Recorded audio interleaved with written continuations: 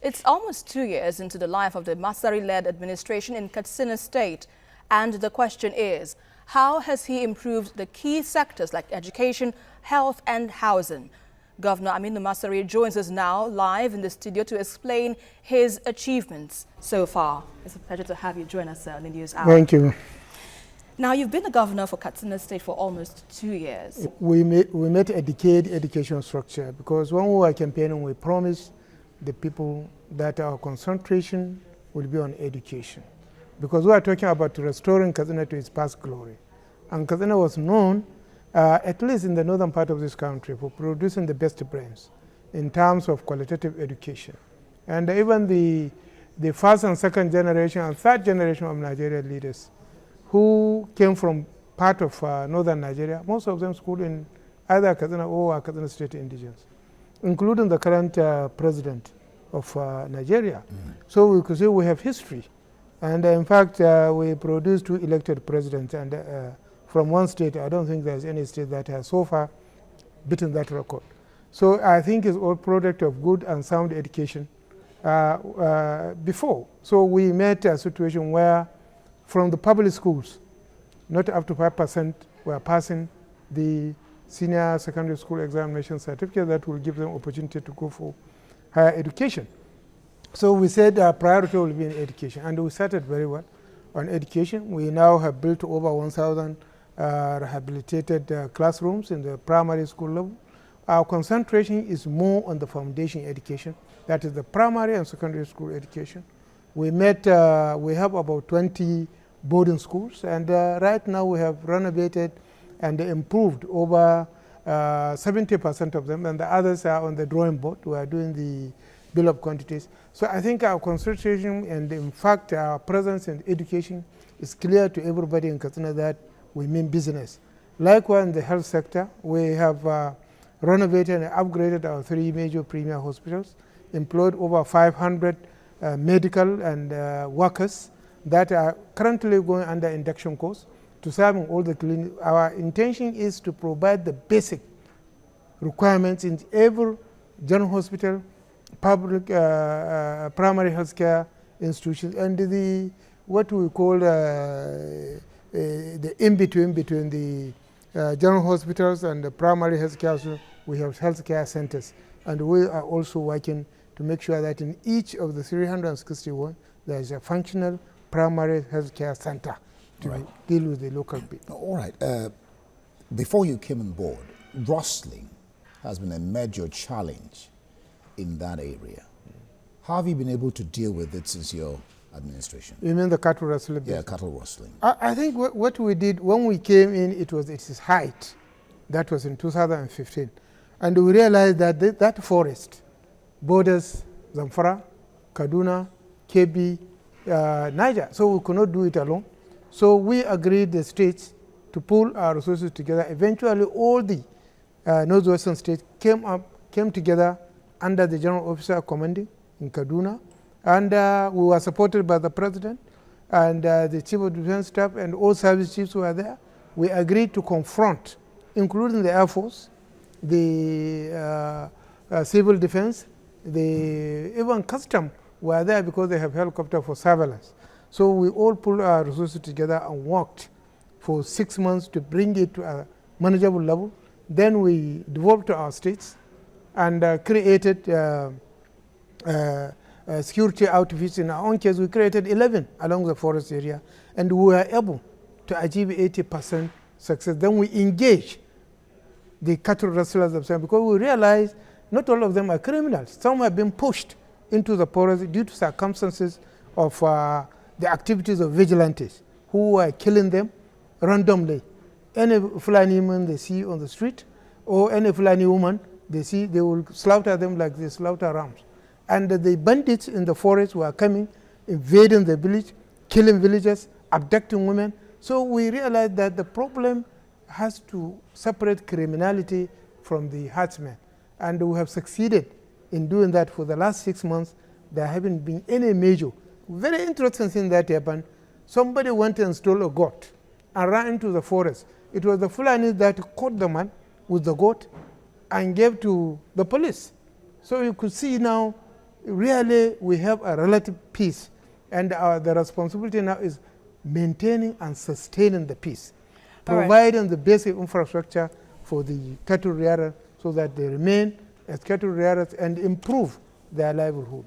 All right, now let's revisit the education sector. Although you said that it has been improved upon in the state, there is news that sanitation facilities in some primary schools has not been met. Now, what is the government doing to respond to the needs of primary school pupils in some of the schools in the state? I think the schools that we have intervened that are over 1,000, we have all provided facilities. Look, if you go to the boarding school that we met, nobody will take his child there. Because even the girls were defecting outside. There was no sanitation facilities, no latrine, no nothing. That's what we met on ground. That's why I said right now we have rehabilitated 7 of girls' boarding secondary school, complete with everything in place. What we are doing now, adding additional structures because of overpopulation. Some of the classes, they have over 200. There's a school that have over 400. In a school that is designed to carry a maximum of 50. That's what we met on ground. So really, every school that we rehabilitated, we made sure that we did the latrine, the sanitation and everything, and in particular the water supply aspect. We are drilling boreholes in the schools so that at least we take care of some of these waterborne diseases. All right, Your Excellency. Former Governor of Katsina State, Ibrahim Shema, accuses you of being behind his travails. You're smiling. Fine. He's trailed by the EFCC. How do you respond to this? First of all, there's an issue before the court of law, which I wouldn't like to. Okay. And for the records, there was a petition before EFCC before my becoming of governor. And I am not probing any contract that Shema gave. I promise I will not do that, and I haven't done that. But what we discovered in the local government Algon account and some other SURP and other accounts was that money was removed and given to organizations that are not governmental organizations, and which they have not done anything with the money. Is it not legitimate for me to ask where this money? That's all. That's all we are doing in Katsina. So you're saying you're not responsible? I am not. Okay. All right. Let's look at you have 4 years. You started office in 2015, and 2019 you are expected to leave office or recontest. Are you likely to recontest? I don't know. You don't know? You cannot give us an answer. Is that a political answer? It is. All right. Let's shift a little bit.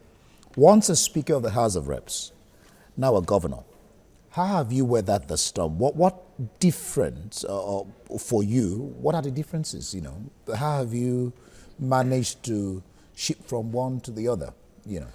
Well, first of all, it is much easier, much simpler to be a member of the National Assembly, not to be a presiding officer. Not to be a presiding officer. Because if you give me presiding officer for free, I will not take. Because I know the pressure, because it's first among equals. So obviously there's a world of difference between being a governor or a president and Senate president or a speaker. Here as the speaker, you have power without authority. Power without authority? Oh, yes. You have power without authority. As a governor, we have authority and the power. The authority is you can use the resources for development of the people. You have direct access to the resources. As a speaker or Senate president, you don't. What you have access to making laws, passing the budget, carrying out oversight. But you cannot build a school, but a governor or a chairman of a local government can do that. All right. Okay, just one last question, but this one pertains to the economy. Now, looking at the Nigerian economy, it has been in a recession for some months now. And let me put this question to you. What ways is your government doing to, well, alleviate the plight of most Nigerians in your state, seeing that the hardship they're experiencing under the recession? You know, when we were campaigning, by then we haven't gone into recession, but we said in Katsina, agriculture and livestock was the mainstay of Katsina.